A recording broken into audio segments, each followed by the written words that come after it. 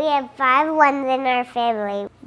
1 me, 2 Daddy, 3 Elena, 4 Mama, and 5 God.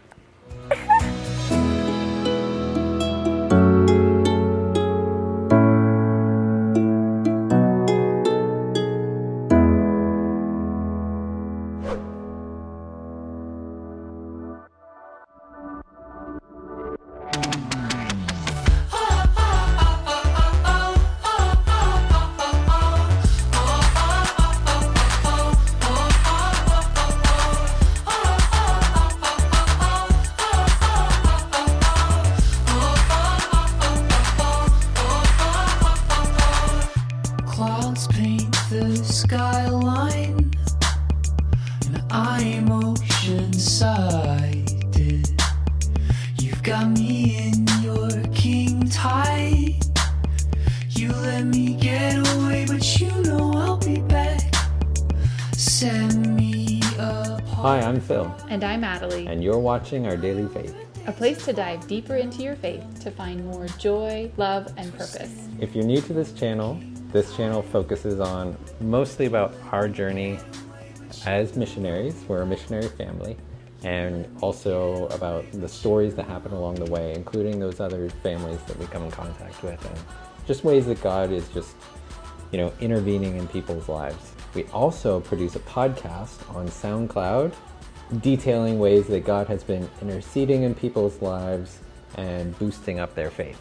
You can also follow us on Instagram. By the way, just a side note, if you notice some fluctuations in the brightness and stuff of this video, I've been learning some new video techniques, and so I'm trying some stuff out, and it's just, you might notice a little difference in our video. You're having a little bit of trouble with it? Mm-hmm. Yeah. So this week we're going to talk about week number 3 at our discipleship training school with Youth with a Mission in Kona. We did a storytelling week, and we're going to talk about that. We also have gotten a couple questions about what we're doing with our kids and schooling and how that all works.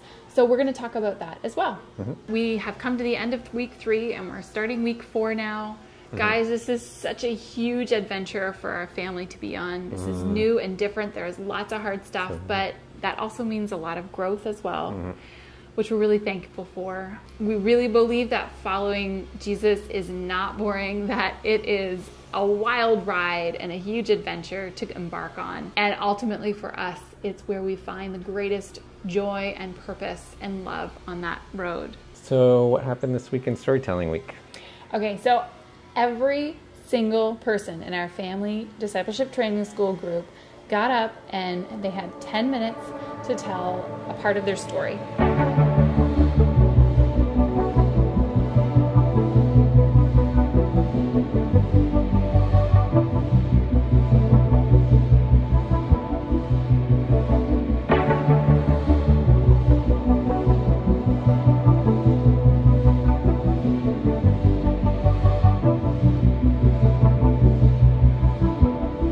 I cannot see you. We love you. You deserve every beat of my heart. Though we cannot see you, oh, we love you.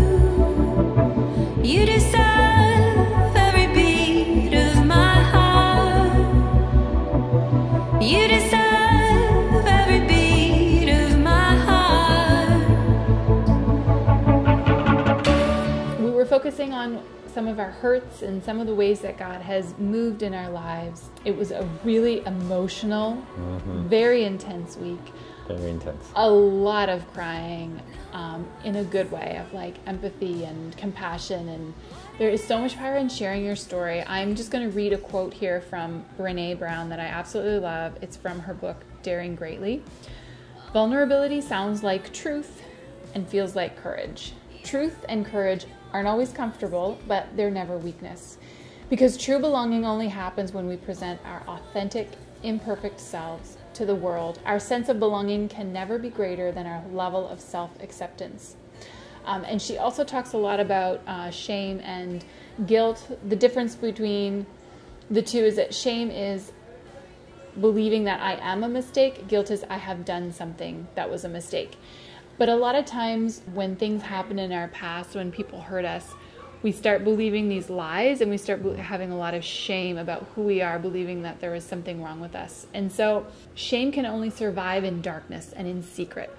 And so when we share our stories, there's a lot of power in putting some light on it. It's important to share with people that we trust. That's really, really important. Someone who will honor and love our authentic selves. Mm-hmm. But there is so much power in that. And I noticed that there were some people who didn't speak like hardly at all in class before storytelling week. And after they told their story, I think that, and this is, I'm guessing a little bit, but it felt to me like they felt safe afterwards, because they felt that a part of their story was heard, that they were more fully known, that they could be more authentic then, and they could step out and step forward in that and speak up. And man, some of their voices that we hadn't heard beforehand are powerful and wonderful. And so there really is power in telling your story. How did you feel after sharing that story? I cried. I may have cried. Which is okay. Mm-hmm. Remember, tears have healing power. Yeah. I love this. So this is a little side note. There's been some scientific study into our tears, and our body will produce a different composition of tears depending on why we're crying. Our tears will have different hormones in it and things like that. And it's showing that your body is physically helping to heal itself whenever it cries. So crying is a good thing. Mm-hmm. I also noticed that when we're more authentically who we are, I noticed that there were more opportunities for people to come alongside and support and champion others. And that's a blessing to both parties, right? Mm-hmm. It's a blessing to be the one who's being championed and supported and loved on. It's also a really big blessing to be able to pour that out on other people too. Yeah. So just an example, today I was having a really tough day. Just all of a sudden, and this isn't just me, it does happen in DTS. Someone else had told me about. Other students have been experiencing this too. Yeah, I shared this with someone else, and they were having a spiritual attack, but I was walking down, and I was perfectly happy. And all of a sudden, I got this massive spiritual attack of like, I don't want to be here. I don't want to talk to anybody. I don't want to have a relationship with anyone. I just want to like bury myself in a hole, essentially. Like I didn't want to be around anyone. I didn't know why I was here. And being able to like vocalize that and understand that it was a lie, because I enjoy what we're doing and I think that there's great value in being here. And you have purpose in being here. Like this is where God has placed you and our whole family for this season. Yeah. And so when I came back to class, I told Adelaide, and we told a couple of other people, like I didn't want to be sitting in that anymore. So Phil came back and he shared that with me, and recognizing that it was a spiritual attack, I pulled aside two friends who we trust, and I asked if they could pray over Phil. And so the three of us surrounded him, and we prayed, we intervened, we proclaimed the truth, rejected the lies. How did you feel after we had done that? I felt much better. Like I didn't want to go through the rest of the day. I didn't even want to like sit here and create these videos, but I knew that that was something that the enemy was like coming over me, because he knew what God was doing was good, and he didn't want it to happen. And so he was doing whatever was in his power to just drag me down today. And this is hard because Tuesdays we get a lot of attacks. Tuesday is our filming day. Yeah. Today I was getting a lot of spiritual attacks. Last week all of our equipment was breaking down. We were like, our batteries on our camera ran out, our battery on our recorder came out, our battery on our light ran out. And you had checked it all the night before. I checked it all the night before. We ran out of space in our memory cards. And then after, when we were able to like finally get everything up and working, and we re-recorded everything, then when it came down to editing, all of that footage was gone.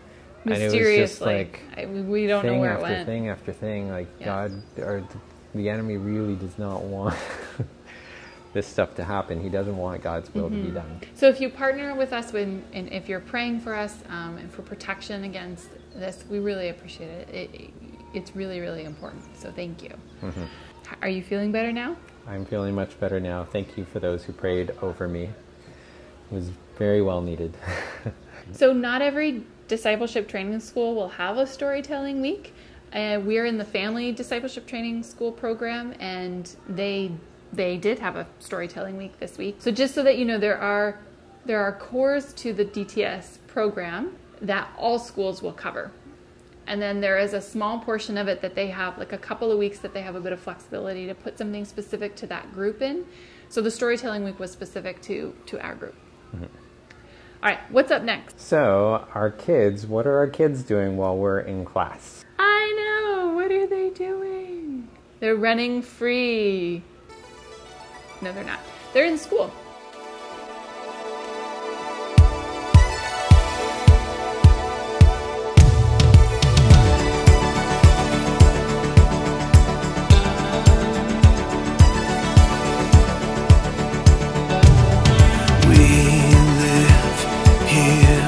As hopeful strangers, we outlast the dangers, 'cause heaven is home. You came down, lived as a man, died like a lamb, but awoke a lion.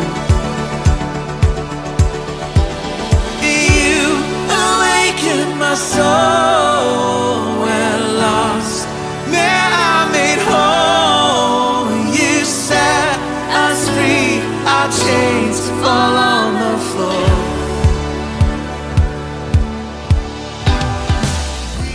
I'm in foundation school. What's in your classroom? The sinking chair that you just sit, and there's chairs. And then there's learning stuff, and then there's papers, there's foundation school shirts, and there's books, and there's stuff to play with. Did you do outreach in the cafeteria today? So tell me, what did you do at the cafeteria today? Eat and take my plate over and pray for people. I am Eliana. I am in foundation school in YWAM Kona.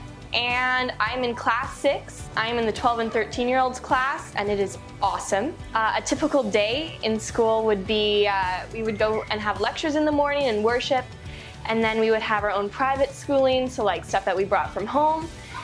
And yeah, and then we do extra group activities in the afternoon. So in the morning, some of the lecture topics that we've covered are peer pressure, conformity, what's our identity in Christ, getting to just know who God is, like the 3-in-1, what that means. So this week our class has been talking about identity, and it's just been a really great reminder of who I am in Christ, and that like my words are powerful. I need to speak life into people and not just go with the flow. And if somebody's sitting by themselves, to speak life into them and go sit by them and just compliment them. And it can just make a world of a difference. My favorite part of foundation school is 100% my teachers. They're totally awesome. So one way I feel that foundation school is preparing me for outreach is just getting ready to just think outside the box and step outside of the box. And like not being afraid to just make friends or go and ask somebody, hey, can I sit beside you? And I think that's really important, and there's going to be a lot of stepping outside of your comfort zone on outreach, and that also applies to like life as well and just your circumstances. You always need to be prepared to go step outside of the box, like invite somebody to sit by you, because you never know who you're affecting. So coming here was really difficult for me, like just the first week, because I'm like, like I have no friends. My siblings are just going and playing tag. I have nobody. And I just felt like God really took me aside and he said, just trust me and just put me first, because I've been recognizing that I really wasn't doing that. And I found that as soon as I actually put my trust in him, everything got better. So I just encourage you, trust in him. Don't worry, there are people who are in the same boat as you. I found a great group of girls that I've been hanging out with. And just give it some time. It's not going to happen right away. You're here for God. You're not here for anybody else. You're here for God. So at YWAM Kona, we have what's called the Foundation School. Foundation School is like a DTS for kids, basically. They still cover some basics and stuff like that, but really the core of it is something that I find really interesting. So I don't think I shared this with you, but recently I saw a video on an expert in education, and he said one of the main problems he sees in education right now is that education is currently focused on the head knowledge, on teaching kids knowledge, but what he sees a really big lack of is that we're not teaching kids values. And what we do and who we are comes out of our values. And so he was really encouraging a transformation of school systems where we teach values. Well, what I thought was really neat is the foundation school is teaching values. The focus is on inwardly knowing God and being known by God, to get our kids' hearts ready and whole and prepared as much as they can, or move them in that direction along that journey. And the other stuff will come out of that. I remember you and I discussing that one of the things that was really important to us was the values that our kids are going to learn from their teachers, from the way that they're treated, from the way that they treat others, that those were things that was just something really important to us. And so I feel like that's like one of the core things that the foundation school is really teaching is that value system. But having said that, especially for the older grades, there is a like a sit-down homework kind of time in the afternoon where kids will bring work with them and they'll do that work in the afternoons. So we actually did bring workbooks with us for our kids. But they're at such a young age that their core curriculum in Caleb's preschool, Elena's grade 2 now, the core for them is reading, writing, and math is really the core of it. What was really cool about this as a side note is that I was with Caleb and he told me, he whispered in my ear, he's like, you know, we actually have 5 people in our family. You, Mommy, me, Elena, and God. God is my second daddy. He's my daddy in heaven. And I just thought that was so precious.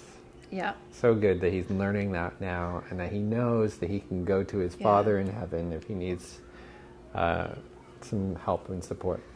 Our kids love it. They're having so much fun. They enjoy family time. They enjoy Friday afternoons. They enjoy their friends, meeting new friends. And it's just been a really big blessing, I think, for them. They're really loving it. We're so thankful for that. We're thankful for you guys and partnering with us and joining and supporting us.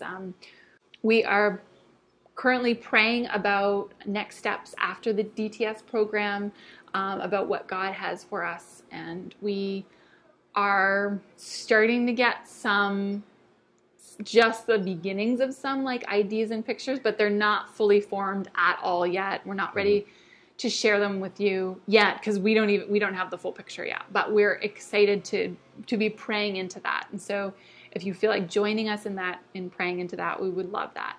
So next week we are moving on to week 4 of our DTS, our family DTS, where we are going to be talking about inner healing. Again, sorry. We are going to be talking about inner healing. Yes, we are. And we're also going to talk about eating on campus and food allergies and intolerances, because we've gotten a couple questions about that as well, and how to do that. And so I am actually, Elena and I are gluten-free, and I'm also dairy-free, and there's some other foods that I can't eat as well. But anyway, those are the main ones. So we'll talk about our experiences with that next week. Yeah. If you guys have any more questions about the school here, please let us know. Let us know if we've answered your questions or if we still haven't in some way, comment below and we'll do our best to answer you. You can also message us on Instagram at Our Daily Faith. Right. And we regularly check that for messages, and we appreciate all the messages we have been getting so far, so thank you. Yeah. And let us know what you want to see more of around here, and we'd be happy to share that with you.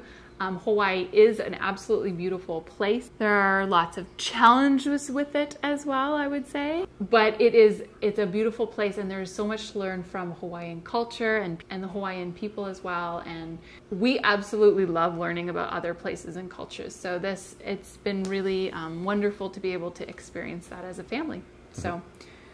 Also, if you have any prayer requests, we've received a couple of prayer requests from you guys, so feel free to send that over and we'd be happy to pray for you. That's it for now, everybody. Thank you so much for tuning in. We will see you next week. I'll see you next week. That's great, but do you love me more than that? And he said, yes, I love you more than that. And he said, I'll prove it to you. And the next 10 minutes, it downpoured all the way to Costco. And I'm crying and just praising the Lord. My kids are in the back of the car and they're like, are you okay, Mom? I said, yes, Jesus loves me. He's telling me he loves me. I love the rain.